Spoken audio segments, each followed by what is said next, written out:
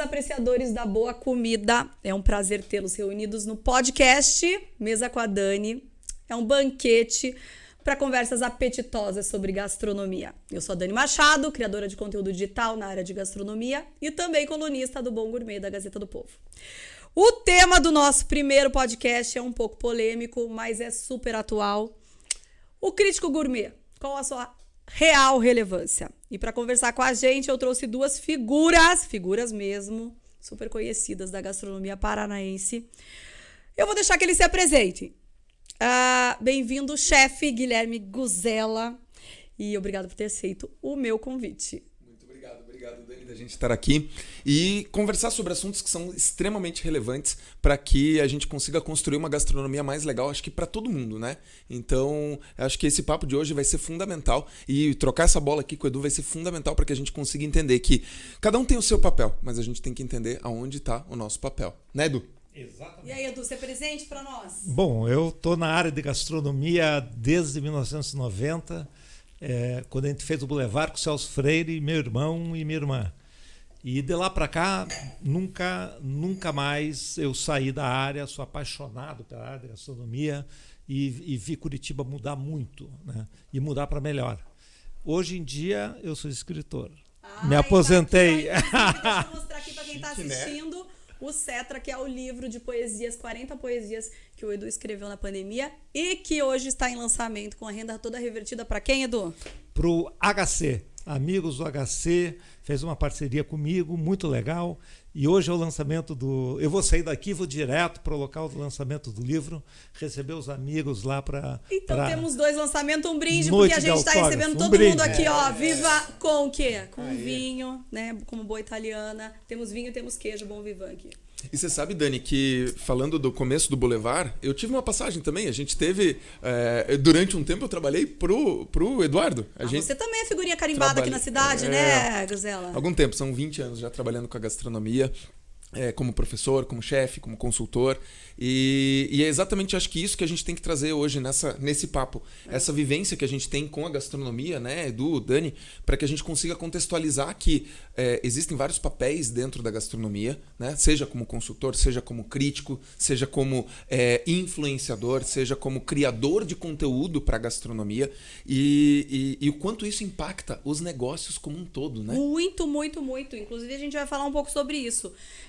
Para mostrar um pouco quanto esse tema é atual, ontem mesmo, no site da UOL, um jornalista que eu acho um dos melhores jornalistas mais reconhecidos na área de gastronomia, que é o Rafael Tonon, trouxe justamente esse tema, crítico gastronômico de Instagram. E aí ele escreveu uma matéria belíssima, o Edu leu, mandei para você também. Li. Qual que é a sua opinião, Edu? Bom, o primeiro tema, concordo 100% com o Guzella, a crítica gastronômica, ela tem andado muito rápido nos últimos anos e tem causado muita polêmica.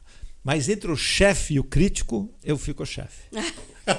Aí eu já gostei. O chefe sempre tem razão, então, Edu. Não, nem sempre. Mas eu vou contextualizar esse negócio. Essa história de chefe de cozinha não é muito longa. Ela tem, no máximo, uns 200 anos, porque os chefes antigamente ficavam encastelados. É isso mesmo. Nas monarquias e nos endinheirados, nos castelos.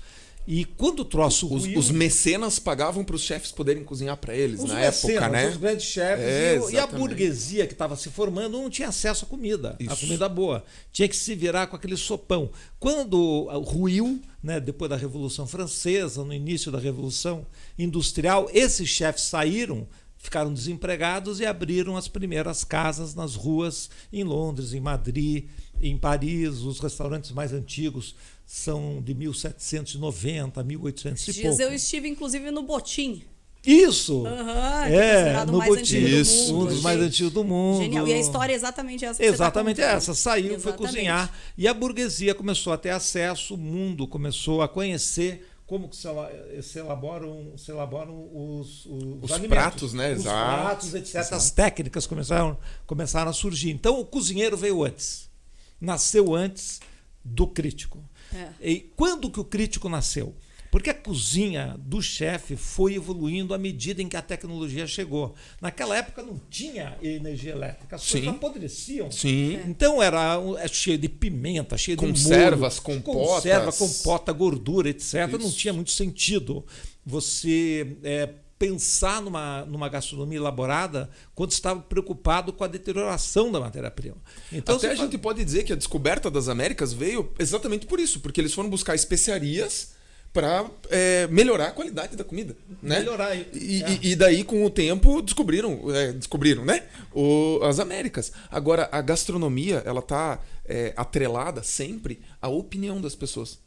Não concorda? Sim, claro. E aí que entra. Aí que entra o negócio do chefe. Como o chefe se expôs, né? Foi para a rua e se expôs, e à medida em que chegou a sofisticação na área de cozinha, foi junto com a energia elétrica, mais ou menos, que eles puderam escolher matéria-prima, guardar a matéria-prima e começaram a tirar esses excessos que, na verdade, era para camuflar a deterioração da matéria-prima. A comida estava apodrecendo. Estava apodrecendo. A própria origem do molho, só na língua portuguesa o molho lembra água. Em todas as outras línguas, eles partem do sal. Sauce, salsa, sauce, etc. Tudo é sal. O sal conserva. Então o molho era para camuflar encrenca. A ave passou do ponto, a carne passou do ponto. Então não tinha o menor sentido um crítico entrar. O crítico começou a entrar puxado pela energia elétrica quando os chefes começaram a selecionar matéria-prima melhor e falaram o seguinte: vou trabalhar esse negócio de uma maneira diferente, vou aliviar a vida do meu consumidor, eu quero que eles venham comer mais e não fiquem doentes depois. E aí começaram as primeiras críticas, que não eram críticas. Na verdade, as coisas começaram como roteiros, né? Como o roteiro Michelin, para facilitar a vida dos viajantes, onde tinham a posada e uma comidinha legal, e a partir daí a coisa abriu caminho, né, para o crítico entrar. Então foi a exposição do chefe, a tecnologia, as técnicas que esses chefes desenvolveram, que trouxeram uma visão crítica, porque os consumidores pediam também. Me ajude, porque tem muita coisa surgindo. E até para informar e para ajudar realmente nessa seleção de o que é bom, o que não é tão bom, onde ir, né? Mas certeza. Agora, com o tempo, como ele falou aqui, os críticos de Instagram tomaram conta aí da internet agora nos últimos dias, e eu achei que está um pouco pesado. E como que você vê essa crítica agora? Pois a coisa evoluiu. Você queria falar? Não, imagina. Posso continuar? Cara, eu tô tendo uma aula de história. Eu tô ouvindo, né? Tá maravilhoso. Mas a tua contribuição também tá ótima. Não, a gente já vai, eu já vou. Tá entendendo. Porque eu tenho um lado polêmico também, né, Dani? É por isso que eu queria saber primeiro o lado histórico aqui e louvável, pra gente começar a ir pra polêmica mais pro final. Isso, acho que é bem importante o que o Edu tá contextualizando pra gente entender de onde vem essa crítica realmente. E ela é importante, sim. Agora, aí fica uma pergunta que daqui a pouco a gente vai responder: se qualquer pessoa pode ser um crítico gastronômico, né? Não é pra gente responder agora, mas acho que é esse o ponto que a gente está chegando. Mas assim que o Edu terminar essa explanação, acho que é importante a gente puxar esse ponto. Edu, mas quando se formaram esses primeiros críticos, eles saíram da onde? Eles eram quem indicou? Como que funcionava? Eu já conto, só quero dizer que eu sou bom de polêmica. Então tá bom. O bicho vai pegar. Vamos fechar o pau. Boa. A gente não tem, você não entra numa livraria procurando a história da crítica gastronômica. Você procura chefe, os grandes chefes, etc. Os chefes sempre são os protagonistas, né? A crítica veio a partir do momento que eles se expuseram. E como é que um chefe se expõe? Quando ele interfere nos processos convencionais de cocção, de tempero, de misturas que as pessoas estão acostumadas. Eu acho que a crítica começou a ser levada a sério. Primeiro existiu o guia, né, que era mais um monitor, já existiam as estrelas que eram adicionadas, mas acho que a crítica começou com a Nouvelle Cuisine no pós-guerra. Depois de 1945, surgiu uma geração em Lyon espetacular. O pai do Claude Troisgros, acho que o Pierre, o Paul Bocuse, Georges Blanc, enfim, pessoal genial que pegou a cozinha francesa e começou a tirar molho, começou a tirar manteiga para dar gordura como um todo para realçar. A partir vocês estão mexendo no que é tradicional, vou começar a mídia da época, que era a mídia escrita, as revistas, os jornais, começaram a ter editorias especializadas para ir ver, para olhar e para experimentar o que esses chefes estavam fazendo. E começou a crítica como resenha. Né? Então o chefe só está fritando o peixe de um lado e servindo o peixe cru do outro. Isso é bom, isso é ruim. Aí um fala uma coisa, outro fala outra. Tal chefe tirou o creme de leite do molho poivre e está fazendo o molho poivre só com caldo base. Isso é bom ou isso é ruim? Já começou a polêmica. Então acho que a crítica nasceu de resenhas informativas. Essa crítica monitorou também os guias, a tal ponto de que há uns 20, 30 anos depois, né, que esses chefes já estavam maduros, existia um ambiente tão pesado de disputa que um deles, quando perdeu uma estrela, se matou. Isso, exatamente. É uma história super famosa, porque eles se obrigaram a cada vez se exibir mais. Então a crítica não é de hoje, que a crítica interfere no processo do chefe de cozinha, mas que é muito complexo. Sempre. Eu acho que a crítica, aí o Guzella pode falar sobre a visão mais atualizada, porque agora o negócio, como ele falou, todo mundo critica, você está exposto no Google com uma nota em tempo real, né? O cara se deu mal, teve uma experiência ruim, nota 1. Isso é uma crítica. Mas no caso específico, que é uma análise de um crítico que caiu de paraquedas em Curitiba e detonou um restaurante, eu acho que o Guzella pode fazer um pouco uma análise mais profunda, porque é ele que está sentindo na carne o dia a dia de hoje. Sabe? Então, o que eu sinto é o seguinte, o crítico é super importante, e contextualizando, lá nos anos 90, quando começou o Boulevard, a crítica também serviu para ajudar o Boulevard, por exemplo, a crescer. Né? Os elogios ao Celso, ao que ele fazia. Inclusive agora a Rosane fez um prato em homenagem a ele, da época que ele fazia a quererinha, tudo direitinho. Isso é super legal. Então, trazer essa história do crítico, pode-se dizer que, não sei se foi fundamental, mas foi importante para que o Boulevard, além da gestão, do Celso como um todo, de vocês, mas que o Boulevard tivesse sucesso. Então é importante ter a crítica e a resenha gastronômica. O que eu questiono, e o que eu acho que a gente está num momento para pensar um pouco nisso, é que, assim como o Eduardo falou, hoje todos são críticos, mas todos têm capacidade de criticar, ou criticar não no sentido de falar mal, mas de avaliar um restaurante pelo seguinte: que vivência, por exemplo, a gente vê muito isso no iFood, em N plataformas, no Google, as pessoas, o meu pedido demorou, não sei o que atrasou, a comida estava fria, estava murcha, estava isso, estava aquilo. São percepções. Não necessariamente aquilo vai refletir que a comida é melhor ou é pior. E é um momento. Às vezes aquele dia não estava legal, às vezes aquele momento não estava legal. Quanto isso influencia negativamente? Existe uma análise, né, que se eu não me engano, acho que é o NPC que faz, que é o Net Promoter Score, que ele diz que de 0 a 7 as pessoas são detratoras, se eu não me engano, e só uma pessoa em cada 10 vai promover o teu negócio se for positivo. Guzella, eu ouvi esses dias também de uma pessoa que é considerada, ele é um cronista gastronômico, e ele falou assim, que é impossível que você vá uma vez a um restaurante e você tenha uma experiência e você possa criticar bem ou mal. Você deveria voltar, ir uma vez sozinho, voltar outra vez com 2 pessoas no final de semana, outra vez com 3 pessoas no almoço, provar almoço executivo e aí ter umas 4, 5 experiências. Mas no Brasil hoje isso se tornaria inviável, porque nenhum meio de comunicação gastaria esse valor, porque você também tem que ser uma pessoa que não está ali se envolvendo, né? Sei lá, R$5.000 para você fazer todos esses jantares e almoços. Sim. E mais ter uma remuneração. Então, eu acho que no Brasil, hoje em dia, né? E aí eu queria saber a opinião de vocês, não existe um crítico gastronômico. Não. E daí tem um lance.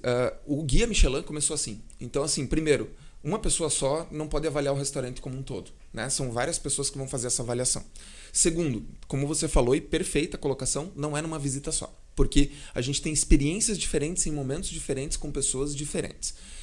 Terceiro, Como que eu vou... Às vezes, todo mundo é enviesado. Todo mundo tem algum viés de alguma coisa. Social, político, econômico, de um monte de coisa. Como que você vai fazer uma análise e uma... colocar um critério sobre alguma coisa, colocar um selo em cima de alguma coisa, sendo que é só o teu lado da história, né? Então, antes de a gente fazer um textão dizendo tudo o que aconteceu, pera, vem cá. Será que você não estava num dia ruim hoje? Será que não tem alguma coisa que não bateu? O ingrediente não estava bacana? Ou o ar não ligou? Ou entupiu a caixa de esgoto? Ou na hora que você for pagar a conta, você achou que a conta estava muito cara, porque também saiu do seu bolso. Também, eu acho muito comprometido você falar, fazer uma crítica... Atrelando a valor também, né? Porque assim, lógico que a gente tem um custo-benefício das coisas, né? Você paga, você quer algo em retorno que seja condizente com o que você pagou. Só que, em contraponto, se você olhar as pessoas criticando, na maioria das vezes, não estou falando todos, mas muitas pessoas que fazem essas críticas, as experiências delas também são restritas. Né? Então eu queria falar uma coisa para vocês. Eu estive com o João Ferraz em São Paulo essa semana e eu acho ele um profissional incrível. Ele é historiador, ele pesquisa, ele tem foco em cultura e ele também é um grande entusiasta da gastronomia e ele viaja assim, o mundo inteiro comendo grandes chefes, enfim, inclusive tem a Casa da Gema em São Paulo, que é a casa onde ele recebe os amigos super informalmente. E eu falei pra ele, João, o que você acha sobre as críticas gastronômicas de hoje em dia? Eu queria ler pra vocês, porque eu acho que a resposta dele é incrível e engloba tudo isso. Ele falou assim, são várias questões. Primeiro, para você fazer uma crítica gastronômica, você precisa estabelecer um repertório. Exato. Tanto do ponto de vista de experiência, quanto de cultura. Informações, leituras, entender onde as coisas vêm, aonde elas vão.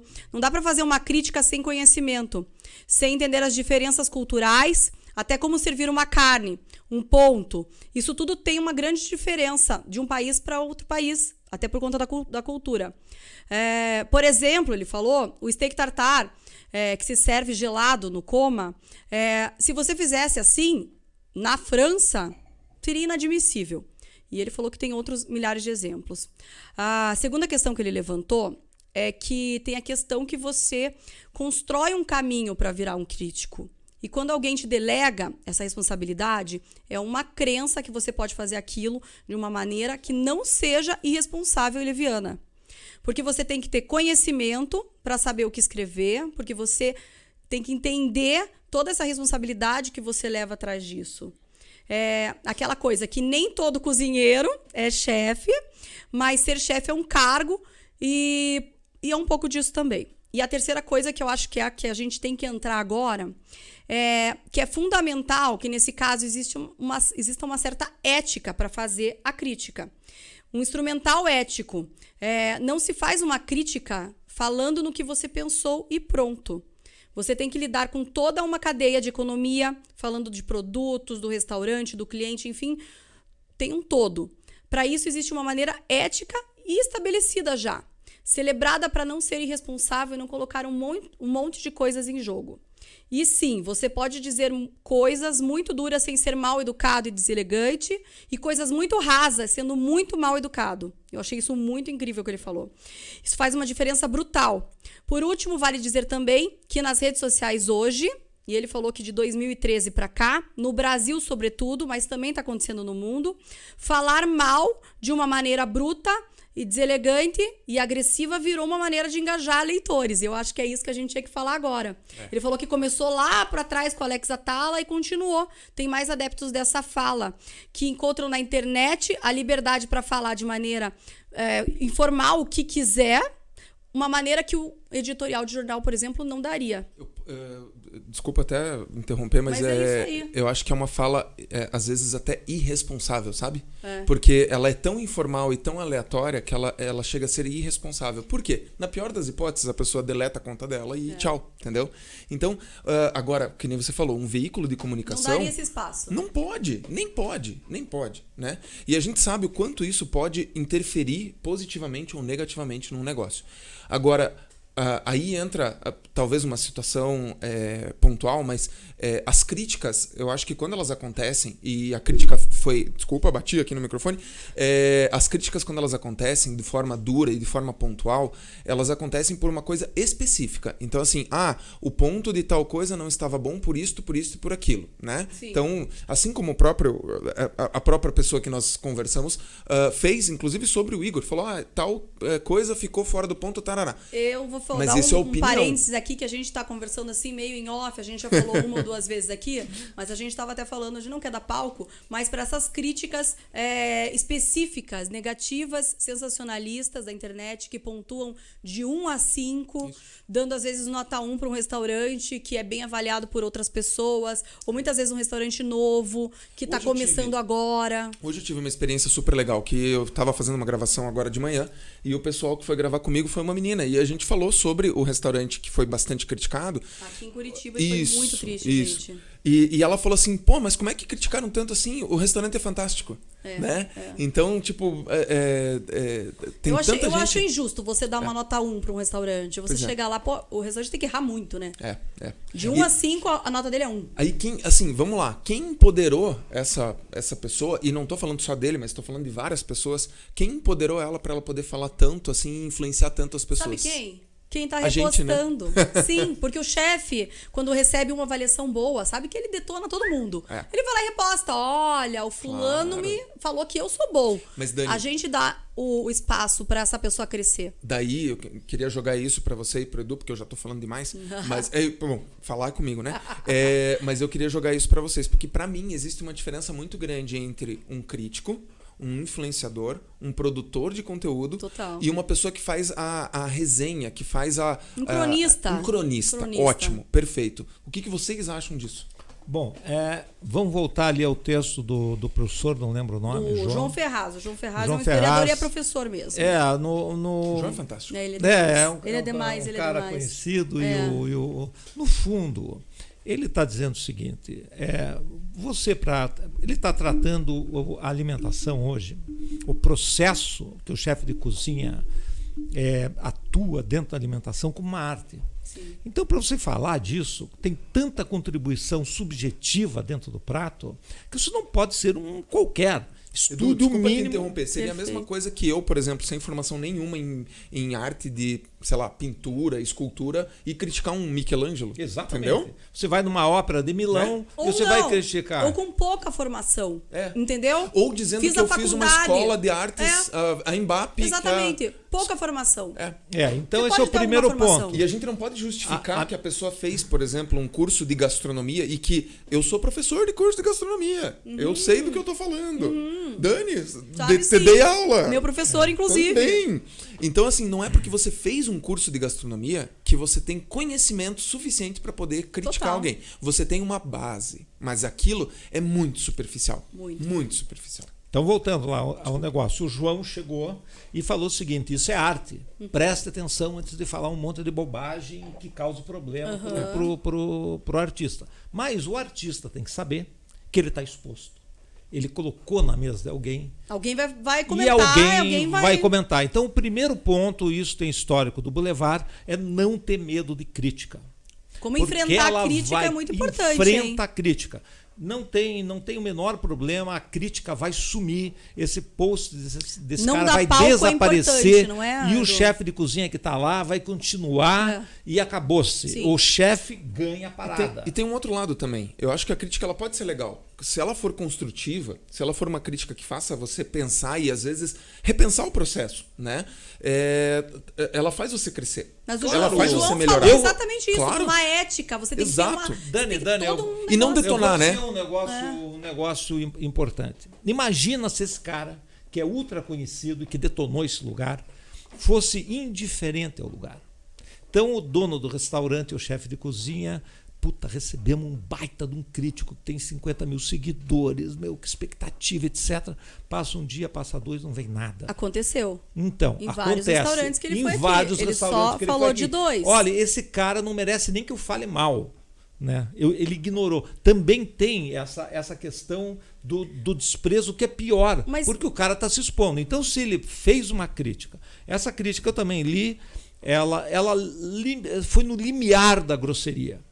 Foi no limiar da grosseria. Ele tentou remediar. No final, espero que a mudança de não sei o que com não sei o que chegou que ele justificou que estava mudando a equipe, alguma coisa assim. Blá, blá, blá. Então ele fez uma aliviada. Mas ele prestou atenção naquilo que ele comeu. E fez. O que eu queria transmitir para esse chefe de cozinha, que eu não conheço pessoalmente, mas que eu presumo que seja jovem e queira expandir. Não tem medo do cara, meu. Não tem medo da crítica, enfrenta a crítica com trabalho. Edu, nesse mesmo mês que eles receberam essa crítica, por exemplo, eles receberam uma premiação nunca antes recebida, em Curitiba só Mano Bufara sempre recebia, que era um prêmio da Veja. Como que a pessoa fica nesse caso? Receber um prêmio da Veja essa semana e na outra semana falaram que o meu restaurante é uma porcaria. São as grandes contradições. São as grandes contradições. Quem tá certo? Então todo mundo que votou na Veja talvez esteja errado. Não sei. Como é? Você conhece Nova York, o Eleven? Sim. Só o Eleven brunch lá no ano novo, mas foi só, mas já foi bom. O chefe do Eleven resolveu virar radical, vegano, pá. E fez o cardápio, não mexeu no preço, só serviu tubérculo, folha e não sei o quê, $500 por pessoa, aquela barateza e não sei o quê. O New York Times... Cadê o caviar? Cadê o foie gras? Cadê o aguil? Não tem nada. A crítica foi lá e desancou, cara. Meu Deus, foi um troço arrasador. Uma página de jornal que circula no mundo inteiro, pegou um ícone mundial e desancou o pau do começo ao fim. O cara avaliou. Ele estava preparado. Ele estava preparado. Ele não perdeu o cliente. Ele meteu ali, agora tem uma trutinha, acho que tem um peito de codorna. Mas ele usou como um benefício. Mas ele usou como um benefício. Ele deu uma virada. Outro francês que fez isso, que é um cara genial, que começou com essa história de valorização do que não é proteína animal, o Alain Passard, do L'Arpège, também sofreu críticas. Enfim, a crítica hoje faz parte do jogo, mas crítica não diminuiu. A crítica vem depois do chefe. O chefe se expôs. Eu vou ver como o meu cliente reage, como a mídia... A pior coisa é a indiferença, sabe? Entendi. Então, a indiferença mostra a ausência de talento. E a crítica, mesmo que seja uma crítica... Se o cara tá batendo é porque... Se o cara tá batendo tem relevância. Tem relevância. Então, esse cara que levanta a cabeça, não deixa a equipe cair e toca o pau, meu. Porque a crítica vai embora e ele fica. Tá, mas daí entra naquilo que eu tinha mencionado. Eu acho que a gente deveria... A gente como... o negócio de gastronomia como um todo, não eu como chefe, mas o mercado da gastronomia como um todo, dar a certa relevância ou a dada relevância para cada coisa que a gente faz. Por exemplo, a Dani produz os conteúdos dela com os parceiros dela, ou às vezes não são nem parceiros, são experiências que ela tem e ela vai e expõe isso para as pessoas. Mas eu tenho como política, e aí por não ser uma crítica gastronômica, por estar aprendendo constantemente, eu não falo mal, eu não posto, mas é uma coisa minha, eu não vou postar. Inclusive, se eu achei que a experiência foi ruim, eu nem vou postar. Eu não vou postar. Então, daí entra a indiferença que o Edu falou, que eu concordo com você, é horrível. É horrível. Ser ignorado é uma das piores coisas que tem. Agora, pensando bem, eu acho que é por aí. Mas daí tem um outro lado, né? O que você menciona, o que você sugere, também diz sobre você. Porque a gente vê isso muito com quem produz conteúdo, principalmente no Instagram, que as pessoas geram um vínculo com a pessoa, né? Então, assim, se for algo que não reflita o que você pensa, o que você gosta, o que você curte, você não vai colocar também. Porque talvez você nem vá, né? Então, aquilo constrói a tua imagem também. Então, se você for num lugar que não é condizente com a imagem que você quer construir, com a imagem que você tem, também não vai fazer parte do teu portfólio. Não tem a menor chance. Não. E pode ser pago, pode ser de graça, pode ser do jeito que for. Não importa. Mas eu acho legal assim, que eu acho que hoje em dia eu acho que realmente... tipo pedir pra eu botar margarina na comida. Pode pagar o dinheiro que for, não vou pagar. Mas teve chefe famoso que colocou... Assunto polêmico para um próximo podcast, hein? Mas daí um bom crítico descobre. Um bom frequentador descobre. Claro, mas daí aí, voltando na história, desculpa, só para encerrar, a gente tem que entender que uma coisa é produzir conteúdo sobre locais. A experiência, e isso é super benéfico, porque faz com que as pessoas tenham a visão sobre um lugar que ela ainda não foi. E eu tenho certeza que todo mundo que está assistindo aí, todo mundo já usou alguma coisa, alguma informação, seja Google, seja Instagram, seja TikTok. Você não acha que as pessoas, mesmo que não tenham conhecimento, mesmo que não sejam tão relevantes para o público delas, a hora que elas postam falando mal do estabelecimento, elas concordo com o que você está... Sim. Uma aversão àquilo. Tem lugar que você vai, que eu vejo ali e falo, puta, sabe do que? Nem vou. Nem vou. Só que daí tem um outro lado. Uma coisa é você fazer um apontamento sobre o que você está vivenciando. A outra, que daí que entra o meu ponto crítico na situação, que eu acho que isso é injusto, você contar a tua experiência e dizer como ela foi, ok. É o que eu penso. Você julgar é diferente. É. Então, assim, você pode fazer uma contextualização de tudo que você viveu lá dentro, não tem problema nenhum. Os melhores restaurantes que eu fui, italiano, de 1 a 5. Ou esse foi um dos Acho piores. Excelente. Ou esse foi um dos piores, isso não tem problema. Só assim, não me dá nota 1, entendeu? É. Não é me dá, mas não dê nota 1, não dê nota 5, não dê nota. Você não tem arcabouço para poder dar uma nota. Entendeu? E ele vai influenciar várias pessoas. Eu quero interferir nisso porque esse é um grande ponto. Você acha que tem, né? Não, muito mais maléfico do que uma crítica ruim são os rankings. Os rankings que isso que eu tô falando. Então, os top 10 disso, os 50 melhores daquilo, porque isso daí você não vê consistência em nada. Mas ele sobe, desce. E não tem critério, né? Não tem. Mas você tá falando isso de listas. Lista de 50 Best, lista de Michelin. Não listas de lista em pessoal. geral. Não, listas em pode, geral. Mas a pessoa não pode falar os 5 restaurantes que eu mais gosto em Curitiba. Qualquer um pode. Mas, Dani, daí tem um outro lado. Essas listas, elas surgem porque elas engajam. Assim como a crítica negativa. Restaurantes em Curitiba que são italianos. Eu acho isso legal. Sim, não, tudo bem. Mas você concorda comigo? Não tá falando mal de nenhum. Não tá falando os que ele não gosta, né? Não, mas lista de top 10, top 5. Você acha prejudicial? Não acho, mas acho perigosa. Pelo seguinte, tem uma história famosa no interior dos Estados Unidos. Isso aqui, inclusive, é tópico para um tema que eu quero fazer. Tem que chamar vocês de novo. Não, nós já estamos em casa, né, Edu? Nós já estamos em casa. Não, tinha uma investidora que queria abrir uma churrascaria na frente de uma churrascaria ícone. E não tinha como fazer um churrasco melhor. Podia fazer em um Curitiba? churrasco igual. Não, é no interior dos Estados Unidos. Acho que era Brisket, Austin, ou sei lá onde. Num lugar de churrasco americano, tradição, peito e não sei o que, aquela brisket mesmo, né? E a mulher chegou numa cidade pequena e ela criou o top 10 dela. E ela pôs ela em primeiro lugar e o cara em segundo. E causou um problema sem precedentes por causa de uma lista. Um ponto sobre isso. Quer dizer, então... Eu tenho um ponto Você tem um ponto sobre isso? Não, então, pode continuar. essa questão de lista é um troço perigoso. Outra coisa... atrapalha para tomar vinho, né, gente? As listas, os top de linha de lista e os top de linha de crítica... Você faz tipo Desculpa, Edu, nós estamos desvirtuando. Vocês querem prestar atenção em mim? Nunca vi falta de educação maior. Cara, 60 anos nas costas. Não, o negócio seguinte, não adianta você tirar, é o vinho fazendo efeito, não adianta você tirar top 1 em todas. Porque no fundo você quer ganhar grana. O dono do restaurante quer ganhar grana. Claro. E você, por exemplo, você vê um Ferran Adrià que tinha lista de espera de 5 anos, falar o seguinte: eu vou fechar meu restaurante, cara. E fechou o restaurante dele.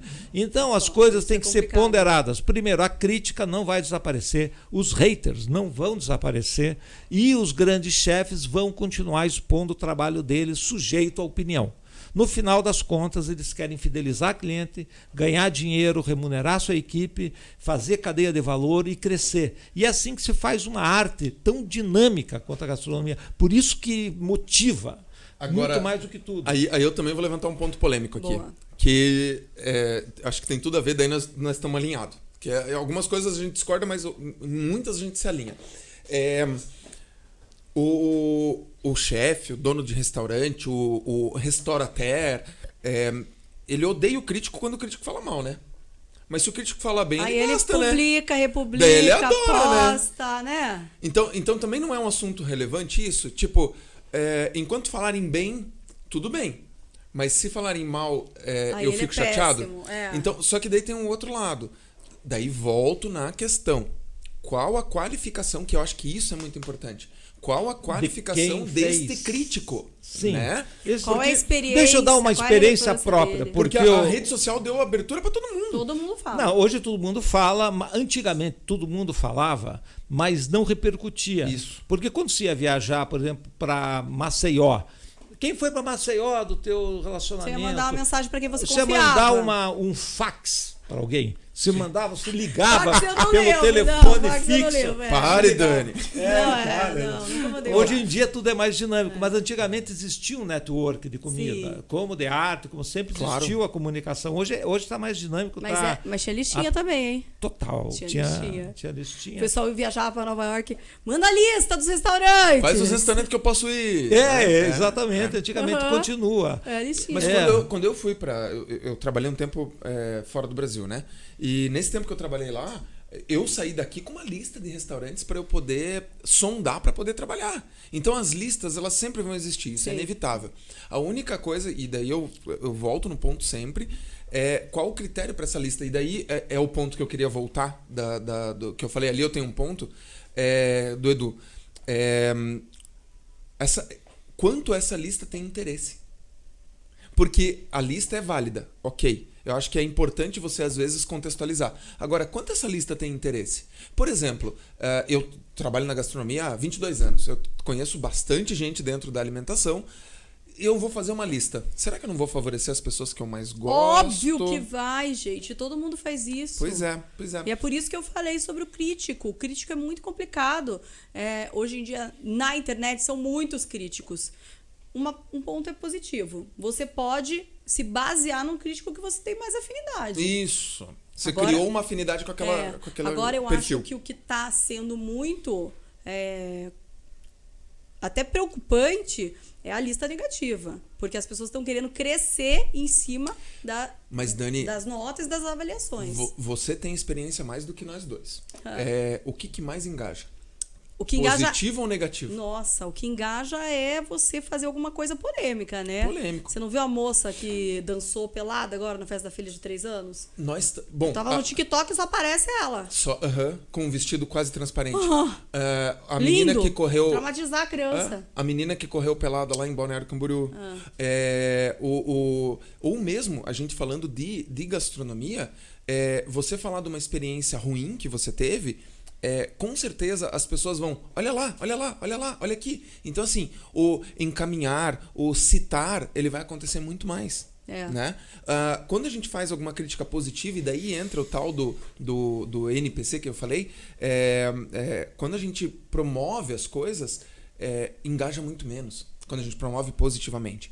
Quando a gente deprecia uma coisa, ela tem muito mais visibilidade. Se eu falar assim, olha, esse vinho aqui é fantástico, maravilhoso, comprem, vai vender um vinho. Agora, se eu falar, nossa, esse vinho é muito ruim, e não é, tá? É bom, mas é muito bom. Agora, se eu falar, esse vinho é ruim, pronto, todo mundo viu que ele falou que o vinho é ruim? Viu que o vinho é ruim? Que não sei o que o vinho é ruim? Então, a gente também tem que cuidar, porque no meio, e daí entra no começo do que o Edu falou, a gente não tá só falando de um chefe. A gente está falando de toda uma cadeia que está dentro disso. Edu, a gente está falando de 10, 20 pessoas que trabalham dentro de um restaurante. É uma também. cadeia. A gente tem que separar na questão da crítica o joio do trigo. Esse monte de palpiteiro que sustentam na polêmica. Cara, essa palavra foi ótima. Palpiteiro. E é verdade. Ele sobe e desce com uma rapidez incrível e a gente continua tocando o barco. A história do vinho, da classificação do vinho, é muito bacana. Para você ter um Robert Parker, o cara teve 20 anos de língua, de nariz, e hoje você pega um guia e vê uma nota dessa, aquilo tem credibilidade. Ele tem o nariz dele assegurado, você sabe dessa, né? Ele tem o nariz dele assegurado, acho que é em $1 milhão. Uma bolinha ali, dando 90 e não sei o quê. O consumidor diz, porra, e o cara que produz vinho sabe disso, sabe que a avaliação é séria. Como a do café, é justa. Né, a Geórgia está lá, elas fazem uma avaliação absolutamente séria. No caso da gastronomia, é uma coisa um pouco mais dinâmica e um pouco mais sensível, porque são elaborações diárias que o próprio chefe sabe. Quando está de mau humor oscila. Oscila, errei o ponto do molho, puta, a base não sei o que, a altura do filé, o sal, blá, blá, blá. Então, quando você faz essa exposição diária, vai pedir que tenha uma crítica que não seja episódica, não seja um paraquedista. O cara tem que ir várias vezes e o cara tem que saber do que está falando. Mas o que eu queria dizer é o seguinte: para sobreviver no tempo e sobreviver a esses percalços, o Boulevard subiu meteoricamente, ganhou 3 estrelas do Guia 4 Rodas. Em 3 anos. O Celso foi chefe revelação do Brasil. Mas eu acho que era o melhor restaurante de Curitiba por muitos anos. Por muitos anos, um dos melhores do Brasil. Até hoje, o Celso é um dos melhores do Brasil. É verdade. Da mesma maneira que subiu, desceu. Ele perdeu uma estrela, ele perdeu a outra. E ninguém se abalou. O Celso ficou tocando, dando entrevista, etc.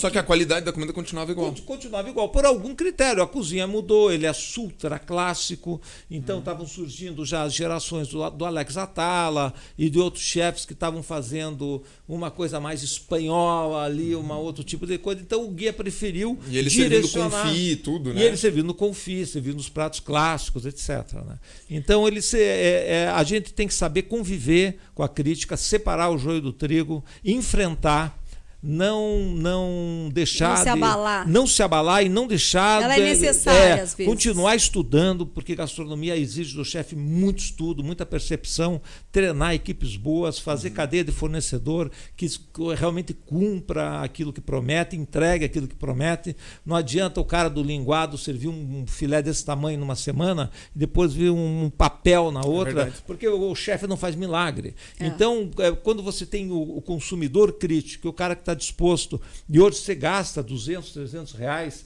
sem bebida em restaurante bom em Curitiba. Sim, você não quer saber que haja oscilação de qualidade do filé de peixe que você está comendo. O cliente tem que receber sempre a mesma qualidade. É inaceitável. Então, quando chega um negócio que é diferente, assim, isso daqui não está legal, não está no padrão. É só essa história que o chefe deve se preocupar.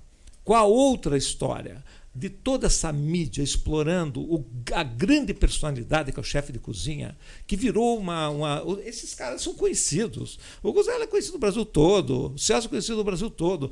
Então, a profissão tem um status. Ele pode ser cozinheiro na França, no Japão, em qualquer lugar do mundo. E tem um cara qualquer que ninguém sabe quem que trabalha no ego também, né? Tem ego nisso. Não. E não tem chefe que não seja temperamental. Você sabe que diz que casa de cozinheiro não pode ter campainha. Você sabia dessa? Não. Não, porque você tem que chegar batendo palma. É o filme lá do chefe, né? É, mais ou menos isso. Mas, gente, eu quero agradecer porque nosso tempo já se esgotou, porque a gente a gente falou muito. Eu acho que foi muito interessante, foi muito... Quase que você termina com chave de ouro, hein? Agora, eu não quase derrubei o copo. Posso fazer uma pergunta última? Claro. Que eu quero fazer pros dois, na verdade. Aí. Que eu tenho uma dúvida. E eu acho que é mais até pro Edu, mas eu gostaria de escutar a tua resposta também, Dani. E daí eu tô perguntando como cozinheiro, tá? Certo. Que nem vocês falaram, o chefe é um cargo, ele não é uma profissão, né? Sim, eu sou cozinheiro. Perfeito. Como não é lidar, porque o lidar ignora e dane-se, mas como rebater ou combater uma crítica? Eu tenho uma resposta. Eu acho que teve um filme recente muito polêmico que o chefe de cozinha enlouqueceu e pôs fogo no crítico. Você não viu esse filme? Não. O cara pôs fogo, ele levou todo mundo para uma ilha. Sensacional. O menu. Assistam. O menu. Vamos pôr fogo no crítico. Muito Joga bom. álcool, acende o fósforo e acabou o problema. Sensacional. E com fogo a gente sabe lidar. Eu tenho outra resposta. E a minha acho que é mais sociável. Por várias vezes eu sinto que ou não tô no lugar certo, ou alguém não me dá a credibilidade que eu acho que eu mereço. E sabe como que eu penso? Falo, cara, eu vou estudar mais e eu vou fazer um trabalho melhor e essa pessoa um dia vai me reconhecer. Eu sempre penso assim. E daí talvez não ficasse, por exemplo, uma situação... não é uma vingança, né? Não. Mas é uma revanche no sentido de... Eu realmente... Talvez eu não esteja no ponto que eu quero, que eu acho que eu estou. Eu vou te mas mostrar eu que eu vou poder. eu vou estar, uma hora eu vou estar. Mas daí não entra, assim. talvez, vamos contextualizar, daí para finalizar mesmo, mas do caso específico aqui de Curitiba, não entraria um momento de, por exemplo, eles mandarem uma mensagem lá pro cara lá e falar assim, escute, revimos os nossos processos, obrigado pela avaliação que você fez, convidamos você para vir conhecer a casa de volta porque a gente tá melhor do que a gente tava antes. Eu acho que pode ser, ou pode ser que eles também quisessem ignorar. Eu entrei em contato com eles, ele me contou que desestabilizou a equipe um pouco, então assim, no momento eles estão deixando quieto. Mas será que é melhor ignorar ou é melhor a gente, como você falou, ser combativo, não no sentido de ficar... Eu ignoraria, é ruim, total, é ruim. total. Mas eu você também não correria atrás para não, ser melhor? Eu correria o meu ponto. Isso. Talvez o que ele falou ter alguma razão. Eu vou fazer do meu jeito para o ano que vem, cara, se esse cara vier aqui, outro crítico vier aqui... Ele vai se arrepender do que ele falou. Sensacional. Se for um crítico que eu realmente pensaria. profissional, eu acho que o cara deve ignorar. E se o crítico for realmente um cara de longo alcance, Sim. se ele quisesse continuar sendo crítico e crescer... Ele voltaria. Daí queima ele. Ele voltaria. Não, mas então, exatamente isso. Ele voltaria. Sensacional. Com certeza. Gente, obrigada. Tem mais alguma consideração? Não, obrigada. Só agradecer você. Guilherme, você é sensacional. Não tinha como não conversar com você. Obrigado. Edu, você foi ótimo. É uma inspiração de pessoa, um guru, um mestre dos conhecimentos. Você só enriquece toda vez que eu converso com você. Eu fico um pouquinho melhor. Né? Gente, obrigada. Passou muito, muito rápido. Mas o próximo já está no forno. Aguarde que tem o próximo na mesa com a Dani. Que legal.